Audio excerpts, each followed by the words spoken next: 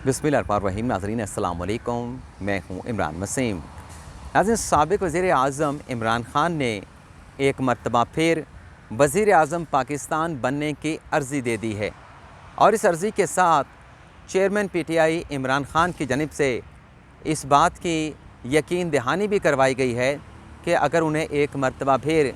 पाकिस्तान का वज़ीर आज़म बनाया गया, अगर वो एक मरतबा फिर पाकिस्तान के वज़ीर आज़म बन गए तो अब की मरतबा वो किसी किस्म की शिकायत का मौका नहीं देंगे। ये अर्ज़ी इमरान ख़ान की जानिब से कहाँ गुजारी गई है, इस ख़बर की डिटेल के साथ मजमूई तौर पर आज के इस व्लॉग में 7 ख़बरें आप नाज़रीन के साथ शेयर करेंगे। तो पहली ख़बर से प्रोग्राम का आगाज़ करते हैं और हमारी पहली ख़बर भी चेयरमैन PTI इमरान ख़ान से मुतल्लिक़ है।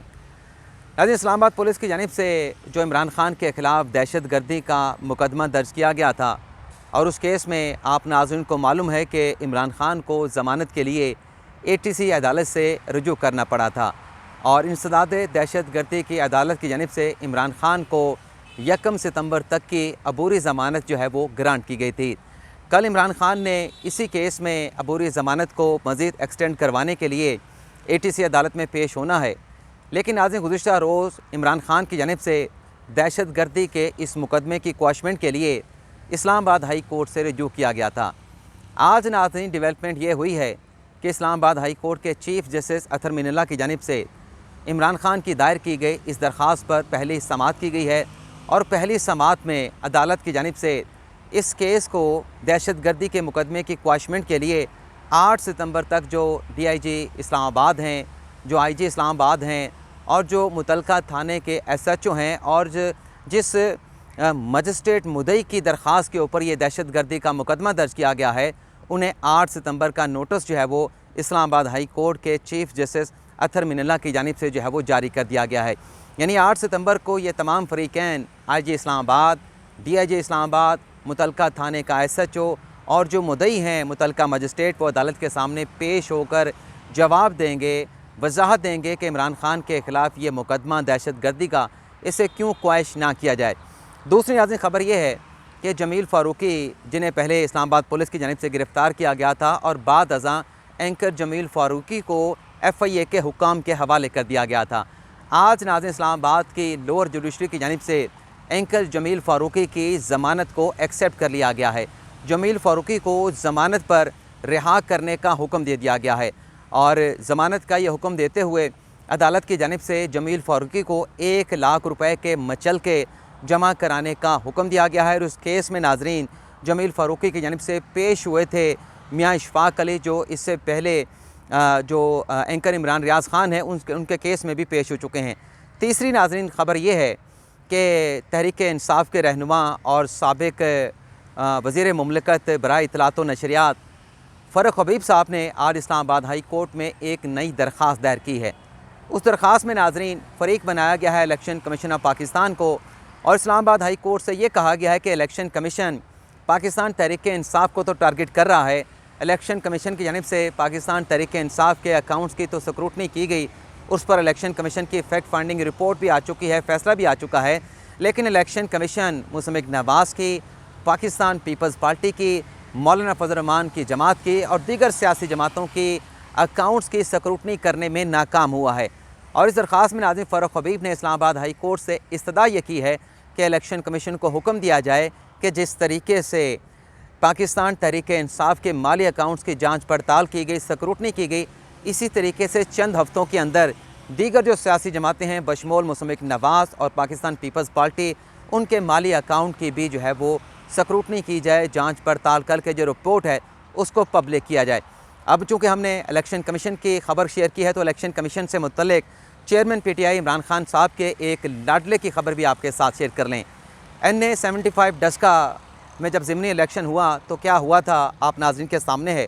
और उसमें धांधली की बुनियाद पर इलेक्शन कमीशन ने जिस तरीके से दोबारा पोलिंग का हुक्म दिया था और पोलिंग के बाद मुसम्मिक नवाज़ की जो कैंडिडेट थी नौशीन इफ्तिखार, वो कामयाब हुई थी। लेकिन नाज़रीन इस हलके में NA 75 डस्का में जो धांधली के शवाहिद सामने आए थे उनकी तहकीकात जो है वो इलेक्शन कमीशन की जानिब से एक कमेटी के ज़रिए करवाई गई थी, जिसमें इस बात का इंकशाफ किया गया था SP जुल्फ़िकार विर्क की जानिब से जो सिक्योरिटी के ज़िम्मेदारियाँ जो उनकी जानिब से ज़िमनी इलेक्शन में सर अंजाम दी गई थी, उन्होंने कमेटी को इंटरव्यू देते हुए कमेटी के सामने पेश होकर ये बयान दिया था कि ज़िमनी इलेक्शन से पहले, यानी वो इलेक्शन जिसको कलअदम करार दिया गया था इलेक्शन कमीशन की जानिब से और फिर रीपोल करने का हुक्म दिया गया था, तो एसपी जुल्फ़िकार विर्क ने इलेक्शन कमीशन की उस कमेटी के सामने पेश होकर ये स्टेटमेंट दिया था कि उस्मान डार और उनके भाई उस्मान डार की जानिब से प्रिजाइडिंग अफसरान को ख़रीदा गया, उन्हें लाखों रुपए की रिश्वत दी गई ताकि धांधली करवा के मुस्लिम नवाज़ की कैंडिडेट नौशीन इफ्तिखार को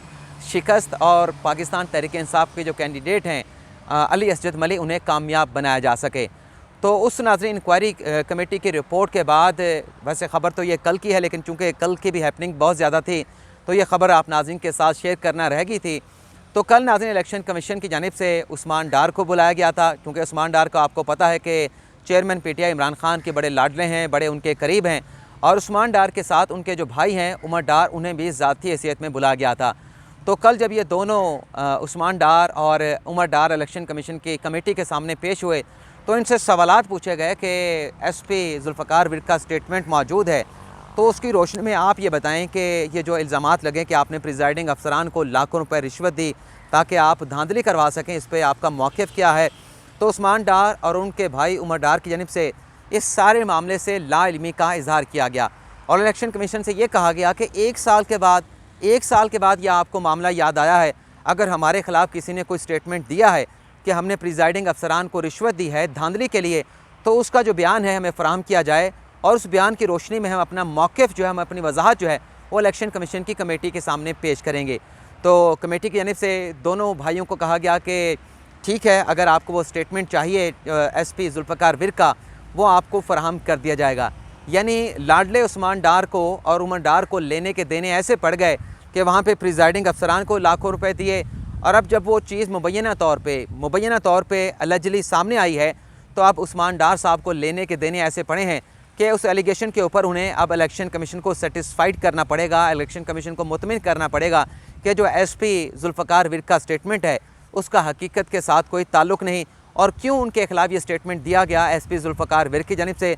और अगर उस्मान डार और उमर डार ये मुतमिन करने में कामयाब हो जाते हैं इलेक्शन कमीशन की कमेटी को तो फ़ातिहा, लेकिन अगर मुतमिन ना कर पाए तो फिर संगीन नताइज का उस्मान डार और उमर डार को सामना करना पड़ सकता है। अब खान साहब के एक लाडले की खबर शेयर की है तो एक और लाडले की खबर भी आपके साथ शेयर कर लें।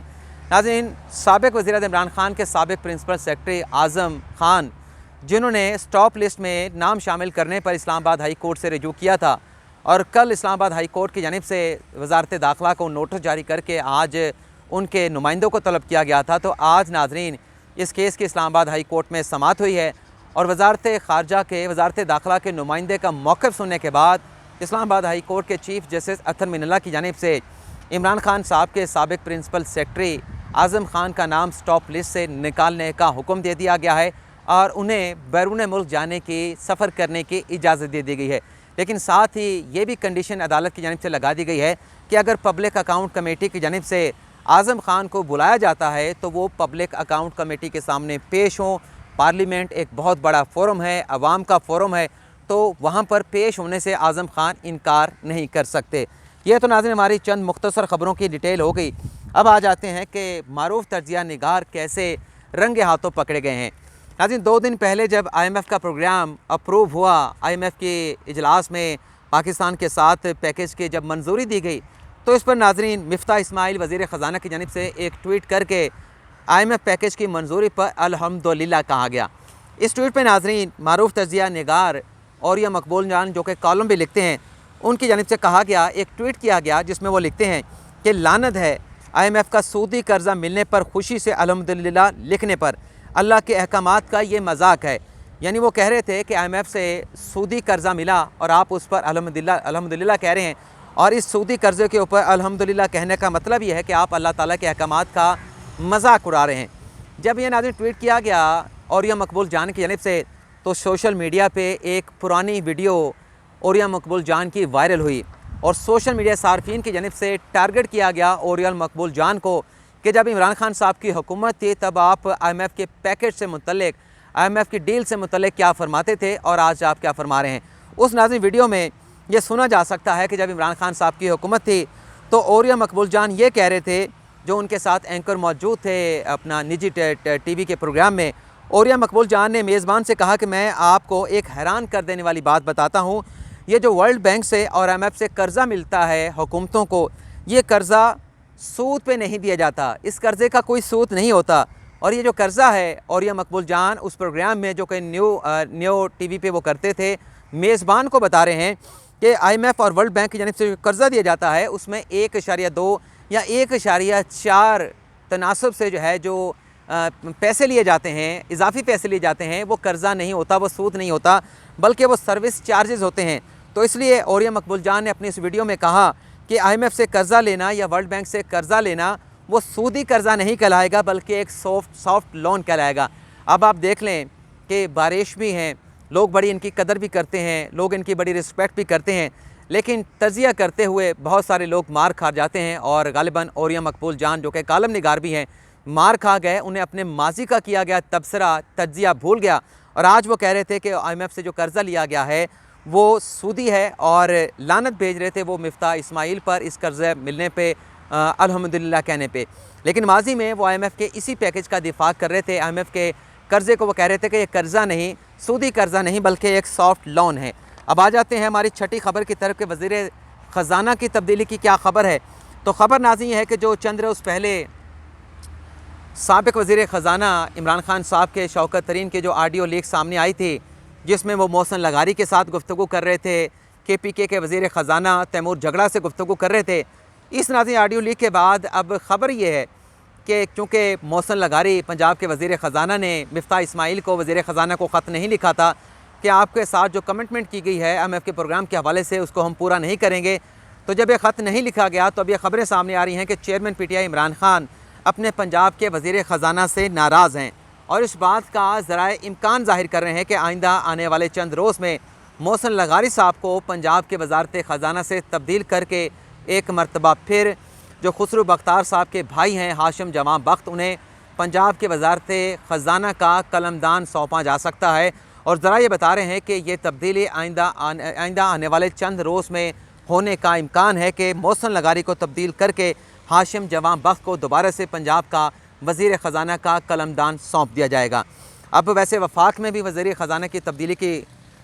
ख़बरें सामने आ रही हैं कि मिफ्ता इस्माइल को तब्दील करके हो सकता है इसहाक़ डार को वापस ला के वफाकी वज़ीर ख़जाना बना दिया जाए। और इस हवाले से चंद रोज़ में कुछ अहम डेवलपमेंट्स आपको मीडिया पे और ख़ास तौर पे सोशल मीडिया पे भी देखने को मिलेगी। वो डेवलपमेंट क्या है वो फिर आगे चल के किसी व्लॉग में आपके साथ हम ज़रूर शेयर करेंगे। अब खान साहब ने दोबारा वज़ीर-ए-आज़म पाकिस्तान बनने की अर्ज़ी कैसे गुजारी है और यकीन दहानी खान साहब ने क्या करवाई है, इस खबर पे आप नाज़रीन के साथ जो है वो बात का आगाज़ करते हैं। नाज़रीन, खान साहब ने कल एक सेमिनार के साथ जो कि मईशत से मुतल्लिक़ था उसमें खिताब किया।